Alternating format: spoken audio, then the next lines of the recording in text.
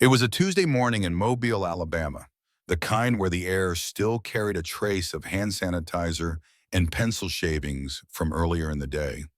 The classroom was settling down after recess, and Miss Lawson had just finished call and roll. She clapped her hands, her voice chipper.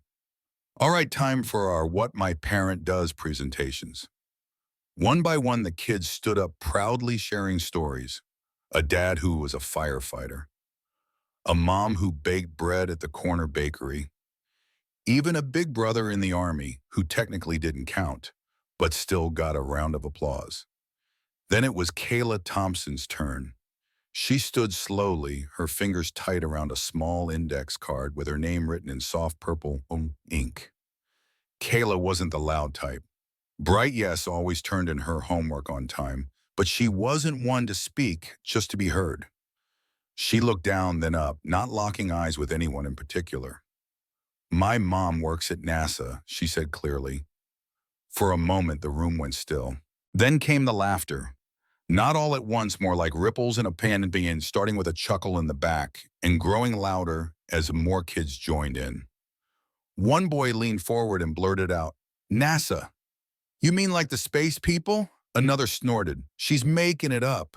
Even Miss Lawson paused, her brows lifting just slightly, not unkind but unsure. Like maybe she didn't quite believe it either. Kayla didn't flinch. She didn't cry or stammer. She stood calmly, her hands steady, her voice unwavering. She's a systems engineer, she said again, as if that should have been enough. Miss Lawson gave a tight smile, the kind that signals a polite wrap-up. Thank you, Kayla, she said, already moving on. Next we have Owen. Kayla sat back down, ignoring the whispers, ignoring the nudge from the boy next to her. Her ears burned, but her face stayed still. What hurt wasn't just the disbelief. It was the way they looked at her like she didn't fit the picture of someone who'd have a parent working at a place like that. The truth didn't land because it came from her, a soft-spoken girl with deep brown skin, worn sneakers, and a hand-me-down backpack. The kind of kid most folks don't expect much from. A folded note reached her desk. A boy leaned over and asked loud enough to sting, "Does she clean the bathrooms there or something?"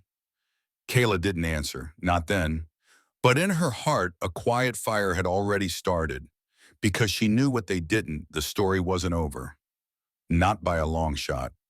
The Jefferson home sat at the quiet end of a narrow street in Mobile, Alabama, a modest two-story with pale yellow siding, green shutters, and a porch light that flicked on each day just before dusk. The kind of house where the screen door creaked slightly when you opened it, and the kitchen always smelled like something good was simmering on the stove. That afternoon, Kayla came through the front door slower than usual. She slipped off her sneakers by the stairs, let her backpack drop with a soft thud, and walked straight to the kitchen, where her mother was stirring a pot of something warm and familiar. Dr. Renee Jefferson stood at the stove in her work slacks and a faded sweatshirt, her hair tied back to steam from the pot curling around her face. She didn't turn right away. "You're late," she said softly. Not a reprimand, just an observation. "Had to stay and wipe down the desks," Kayla muttered, sliding into a chair at the kitchen table. Her voice was low and her hands tugged at the sleeves of her hoodie like she was trying to hide inside them. Renee turned, took one look at her daughter's face and lowered the heat on the burner. "Talk to me." Kayla hesitated. Her fingers kept moving, picking at a loose thread. She looked down, then up like the words were heavy and stuck. "They laughed," she said, just above a whisper. Renee didn't need to ask who. "I told them you work at NASA," Kayla went on. And they laughed. "One kid said maybe you clean the bathrooms." Renee didn't gasp or scowl. She just sat down across from her daughter, her face calm but watchful like she was measuring something inside herself. "And what did you say back?" "I didn't," Kayla admitted. Miss Lawson just moved on, real quick. Like she didn't want to deal with it. That part, the teacher's silence, made something flicker behind Renee's eyes. Not quite anger, more like a quiet old ache that had learned how to stand still. "Do you think you did anything wrong?" she asked gently. Kayla's head snapped up. "No." Then don't carry their ignorance like it's your mistake, Renee said. They laughed. That's on them, not on you. The two sat there in the hush of the kitchen, the only sound coming from the pot on the stove and a dog barking 2 houses down. The light from the window cast long shadows across the table. You know, Renee said, standing to stir the pot again, when I told my high school guidance counselor I wanted to work in aerospace, she told me to be more realistic. Thought maybe I should try a secretarial work instead. Kayla blinked surprised. Seriously? Renee nodded slowly. That was back in '98. I didn't argue. I just stopped going to her office. Did it hurt? Kayla asked. Yeah, Renee said honestly, but it also lit a fire. I wasn't mad at her. I just knew I wasn't going to let someone else decide who I could be. Kayla smiled just a little. She liked the way her mom told the truth without needing to make it dramatic. Like strength could be soft-spoken too. You know, Renee added with a grin, I could come to your class. Kayla's eyes widened. For real parent day is this Friday, right? I've got the day off anyway. But what would you wear? Kayla teased, half joking, half serious. Renee raised an eyebrow. I was thinking, my NASA badge and that black blazer you can't stand. Kayla laughed real laughter, this time deep from the belly. Okay, yeah, do that. I thought so. The tension between them lifted like morning fog. The two sat down to dinner, big bowls of garlic and onion stew, and as they ate, Renee told stories about her first job interview, the time she spilled coffee on a simulator keyboard, and how she once accidentally locked herself out of mission control. Kayla giggled through spoonfuls of stew. The knot in her stomach began to unwind. She didn't feel small anymore. She felt lucky. Remember, Renee said as they cleared the table, you don't owe anyone proof. But if you ever feel like showing them, just know I've got your back. Kayla nodded, cheeks still full from the last bite. And your badge, she added, trying not to grin. Renee smirked. That too, but her visit to Kayla's classroom wouldn't just be about making a point. It would be about planting something deeper in Kayla, yes, but maybe even in the room itself. Kayla didn't know it yet, but Friday would change more than just how people looked at her. It would change how she looked at herself. Friday came quicker than Kayla expected. The whispers had lingered all week, like dust hanging in sunlight, never loud, never direct, but always there. A few kids had tried to smooth things over in their own awkward ways. One left a crumpled fruit snack packet on her desk without saying a word. Another muttered, I was just joking, while tying his shoe eyes fixed on the floor. Most of them said nothing at all. That was fine by Kayla. She hadn't forgotten, and she didn't need them to pretend it hadn't happened. She was focused on something else now, on the quiet strength her mom carried, and on what might happen when that strength finally stepped into the room. By the time the bell rang that morning, the classroom was buzzing with a different kind of energy. Miss Lawson had rearranged the desks into a wide horseshoe to make room for the parents. There was a tray of sugar cookies at the back, still in the plastic from the grocery store, and the teacher had even swapped her usual sweater for a bright purple blouse, maybe an attempt to make the event feel festive. Kayla sat near the center, her backpack tucked neatly under her chair. She hadn't told anyone her mom was coming. She wasn't nervous exactly, just waiting. It was the kind of stillness you feel in your chest before something important. The first parents trickled in just after 9 a.m. A man in a mechanic's uniform, a nurse in blue scrubs, a few moms in jeans and cardigans, clutching coffee cups with big smiles. There were waves and a few loud greetings, the usual kind of small-town warmth. The presentations began. A dad told a funny story about fixing a sink that exploded in the middle of the night. A mom shared what it was like to teach yoga to toddlers. There was clapping, some laughter, polite smiles all around. Kayla kept glancing at the door. Then just as Miss Lawson was introducing the next speaker, the door opened quietly and Dr. Renee Jefferson stepped inside. She wore that black blazer. Kayla hated the one with sharp shoulders and silver buttons, but today it looked just right. A navy blue lanyard with the NASA Johnson Space Center badge hung around her neck, and her slacks were pressed so crisp you could hear them shift when she moved. No flashy jewelry, just a silver watch on her wrist. Her expression was calm, steady, not smug, not trying to steal the moment just there. The room went still. Even the air felt different. Miss Lawson stumbled over her words.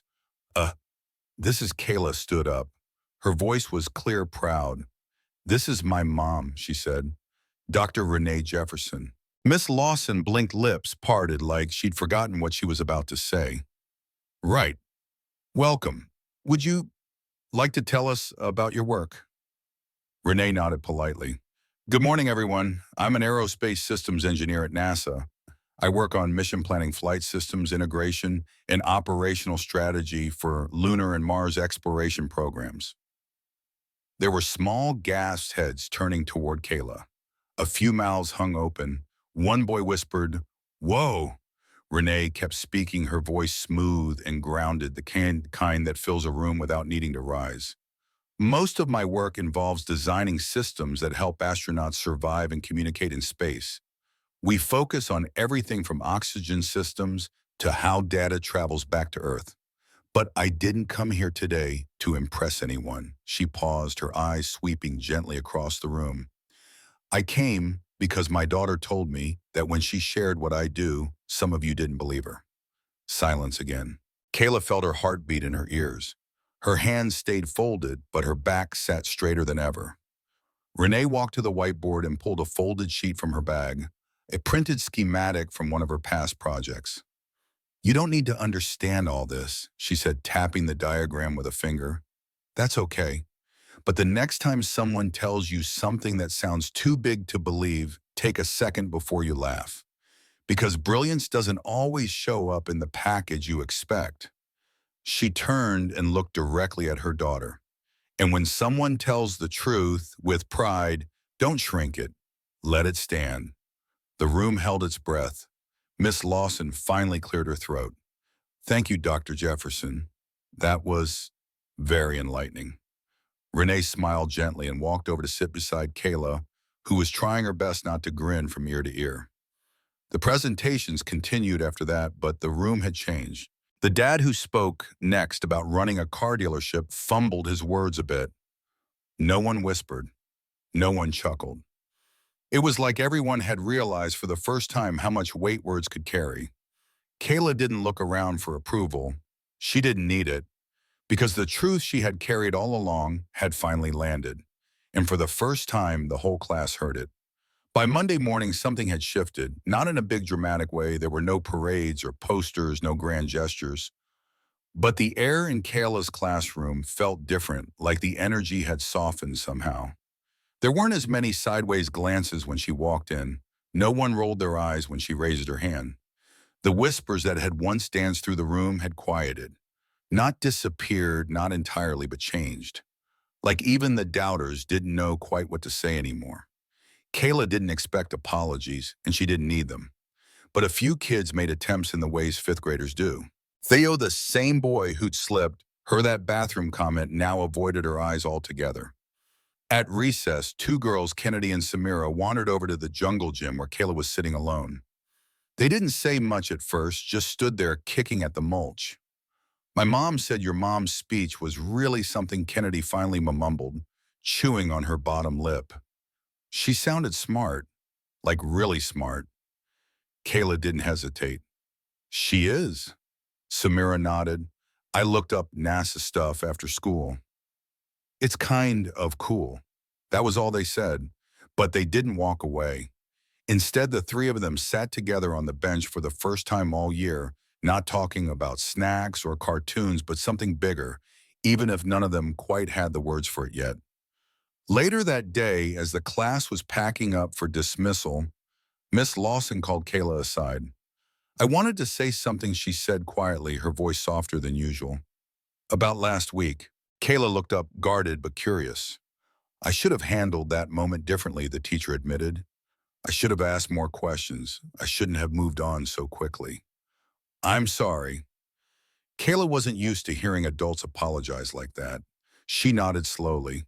It was enough. Not everything needed to be fixed with words. Of course, not everyone had a change of heart. Some kids still whispered, they just did it more carefully now.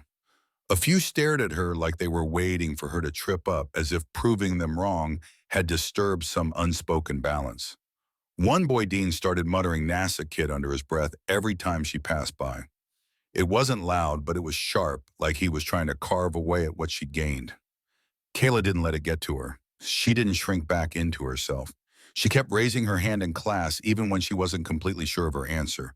She joined in group discussions, offered ideas, asked questions. There was a steadiness in her now that hadn't been there before.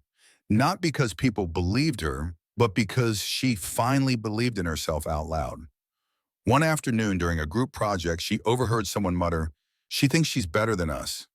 Kayla looked up calmly and said, "No, I just know I belong here." There was no comeback after that. At home, Renee noticed the shift too. Dinner conversations were easier. Kayla shared stories about her day without being asked twice. She talked more, smiled more, and she started drawing again. Not cartoons this time, but diagrams. Rockets, satellites, maps of the stars, all in pencil-sharp lines, and little notes scribbled in the margins. One evening, Renee walked into the kitchen and found a Post-it note stuck to the fridge. In Kayla's handwriting, it read, "I'm going to work there too. Love, Kayla." Renee didn't move it. She didn't say anything right away either. She just stood there, letting the words settle deep into her chest. This wasn't just about confidence. Something deeper had taken root. Kayla no longer felt the need to prove anyone wrong. What mattered now was simply being true to what she knew and never letting anyone else talk her out of it. Later that week in gym class, the teacher asked them to write down one personal goal that had nothing to do with sports. While most kids wrote things like get a puppy or make the honor roll, Kayla didn't hesitate. She wrote engineer space missions, just like my mom. The teacher read it aloud without comment. No one laughed. No one dared. They just listened. That was enough. It was Friday night again, nearly a week since Parent Day, and the Jefferson house smelled like lemon chicken and rosemary. In the kitchen, a soft light glowed above the table, casting long shadows across stacks of paper and pencil sketches. Kayla sat at the table, hunched over a fresh sheet of graph paper, her brow furrowed in concentration.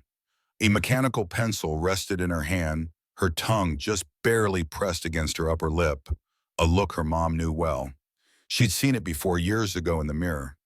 From across the room, Renee watched her daughter work. She stood at the sink, drying a plate, pausing every few seconds to glance over at Kayla. The girl hadn't moved in nearly 2 hours except to erase something or lean back and squint at her drawing. She hadn't said much either, just murmured once that she was almost done. Renee dried the last dish and set it aside. "You want to take a break, kiddo?" Kayla glanced up briefly. "Almost finished," Renee smiled. "You've been working on that for a while. I just want it to look right." With one final line, Kayla let out a breath, turned the page toward her mom, and pushed it gently across the table.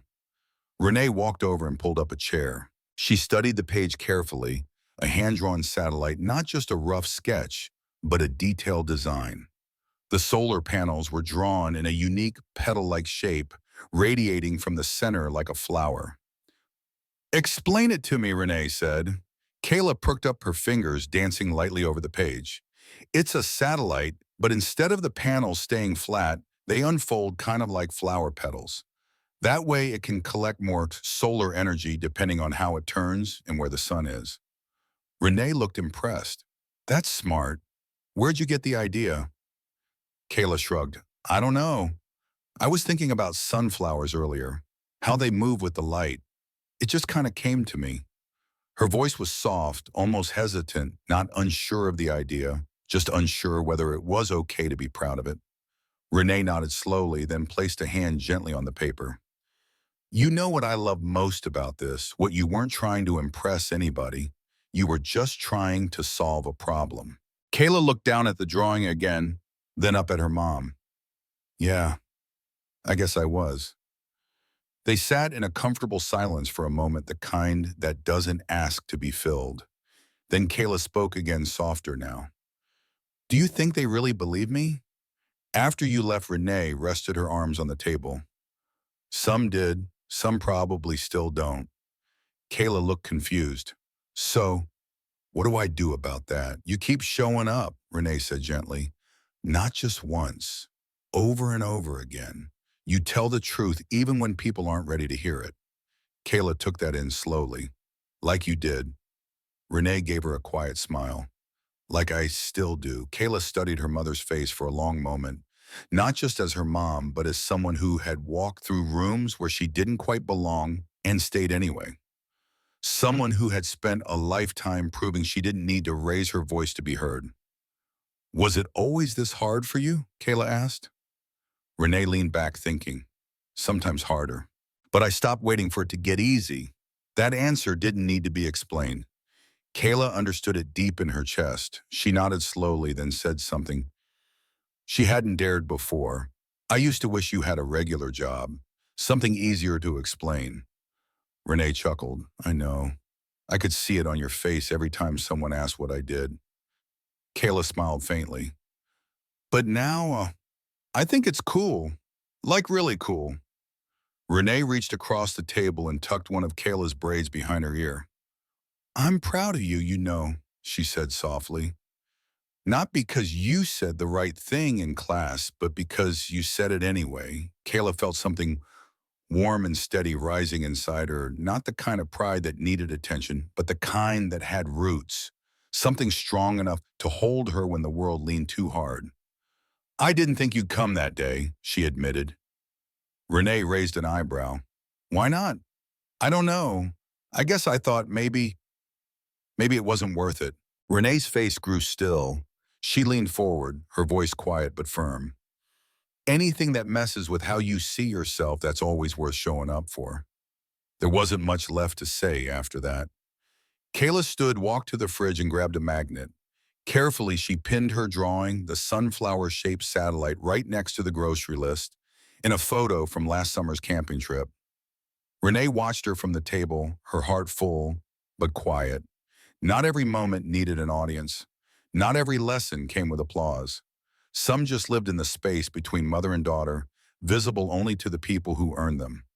The following week, something quiet but meaningful happened.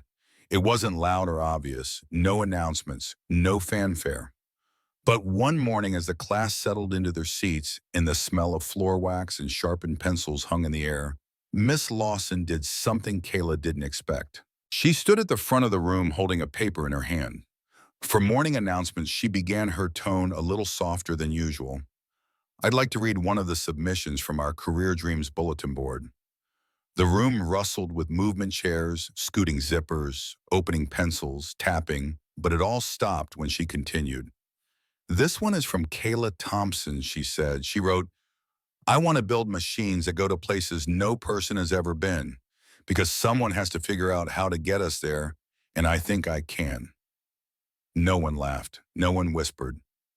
There was a hush in the room, not the kind born of fear, but of listening.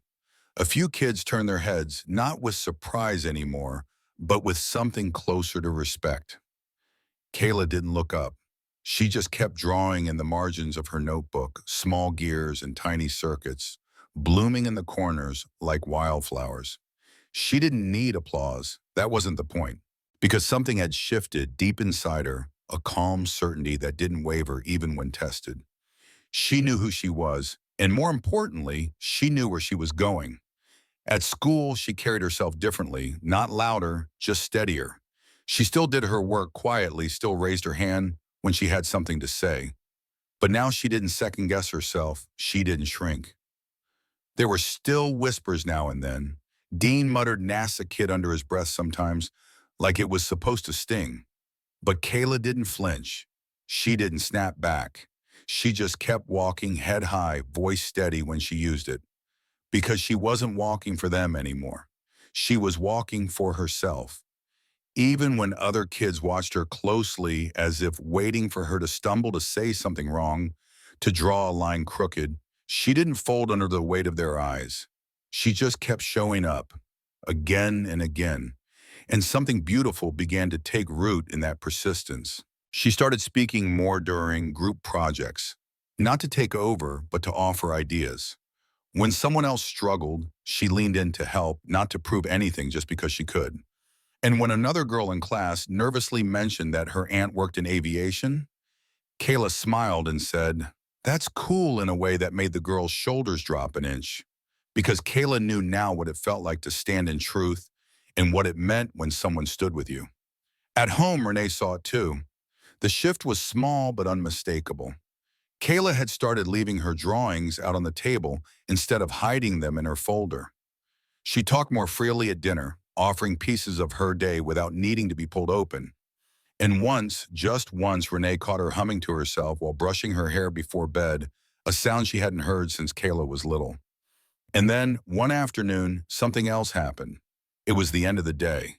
Kids were packing their bags, zipping up lunch boxes, slipping into their sneakers.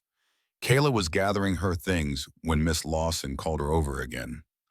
"I just wanted to say," she began quietly, "your mom's visit last week. It really stayed with me." Kayla paused, surprised. "I've been teaching a long time," the teacher continued, "and I think sometimes we grown-ups forget to look closely, to ask better questions. I'm sorry for not doing that sooner." Kayla nodded, not with bitterness, but with grace. "Thank you," she said, and it was enough. Because by now, Kayla understood something that some people never learn. Not every person will believe you the first time. Some might not believe you at all. But belief, real belief, isn't about who claps when you speak. It's about what you carry when the room goes quiet. And Kayla had learned how to carry herself. She had learned that showing up didn't always change the world in a day, but it changed her. And that was enough to keep going. The school year moved on. Seasons shifted, bulletin boards changed, and the classroom buzzed with end-of-year excitement. But something had settled in Kayla, something steady, something sure. She no longer measured herself by the look she got or the silence that followed her words. She had stopped trying to be believed and started focusing on what she believed possible. When the class worked on their memory books, filling pages with photos, doodles, and most likely to predictions, Kayla didn't expect anything special. She was used to being overlooked, quiet, steady, not flashy. But when she flipped to her page under her photo, someone had written in pencil, "Most likely to launch something into space." She stared at it for a moment, not smiling, not crying, just taking it in. Because this time they didn't write it as a joke. They meant it. She gently closed the book and tucked it into her backpack. She didn't need anyone to cheer or clap. What she needed, she already had: the quiet belief that her voice mattered and the strength to keep using it. That night back at home, Renee made her daughter's favorite dinner. Kayla sat at the kitchen table drawing, again this time, a sketch of a rover with small wheels and sensors drawn with careful detail. As the room filled with the smell of baked chicken and warm cornbread, Renee looked at her and smiled. "You still thinking about that sunflower satellite?" she asked. Kayla grinned. "Nope, this one's for Mars." And just like that, the next dream began.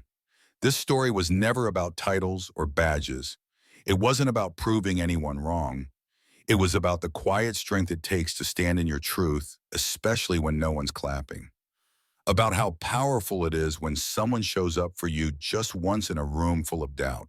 When we believe in a child, truly believe, we give them something. No one can take away the courage to believe in themselves. And when we listen, really listen, we might just see brilliance where we never expected it. If this story touched your heart, if it reminded you of someone you know, or of a time when you had to stand tall in the face of doubt, I'd love to hear about it. Please feel free to share your thoughts, your reflections, or your own quiet victories in the comments below. And if you'd like to hear more real human stories like this one, stories about dignity, courage, and the strength that shows up in everyday moments, I'd be honored to have you join us. Take care of yourself, and remember, showing up matters.